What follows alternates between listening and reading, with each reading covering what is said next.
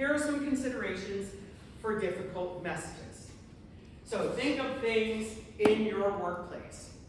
And if you have to go deliver a difficult message, you need to be planning for the people. People, who needs to be there? How many people have ever had to call the cops because of a difficult situation? Okay, so do you need the police? Plan for it. Do you need the manager? Do you need these different people? Who needs to be in the room when you have the different, or standing by, not necessarily in the room, when you have a difficult situation? Those are key consideration is the people that you need. Place. Where do you need to have this difficult conversation? Does it need to be off-site? Does it need to be in a conference room? Could it be in the person's cubicle? Probably not.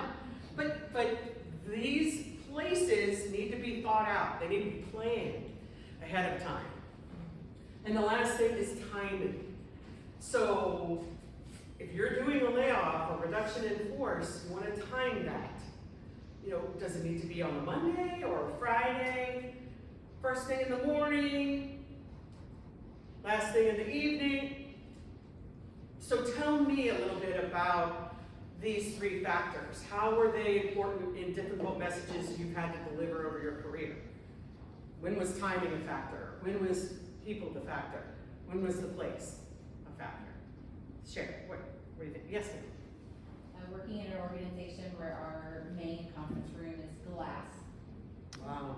You really have to decide whether or not, and it's closest to the door. So if you're ushering someone out, you might want them there because they're close to the door. But at the same time, if you think they're going to have a freak out moment, you got to make sure that everybody's not watching it because it's glass, right? So That's all of challenging. these things kind of considerations related to that.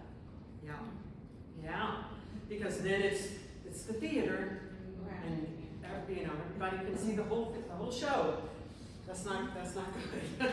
That tends toward a potential for escalation, actually. I would say. Anybody else? People, places, and timing. Thinking of people, with dress code, sometimes if it's a female employee and a male supervisor will ask another female supervisor to be the one to discuss dress code with that employee. Just because it comes across a little bit, we get a little bit better sometimes. Yeah, that's planning. Planning for the sensitivity of the situation. Anybody else on this side? People, places, or timing? Is that a factor?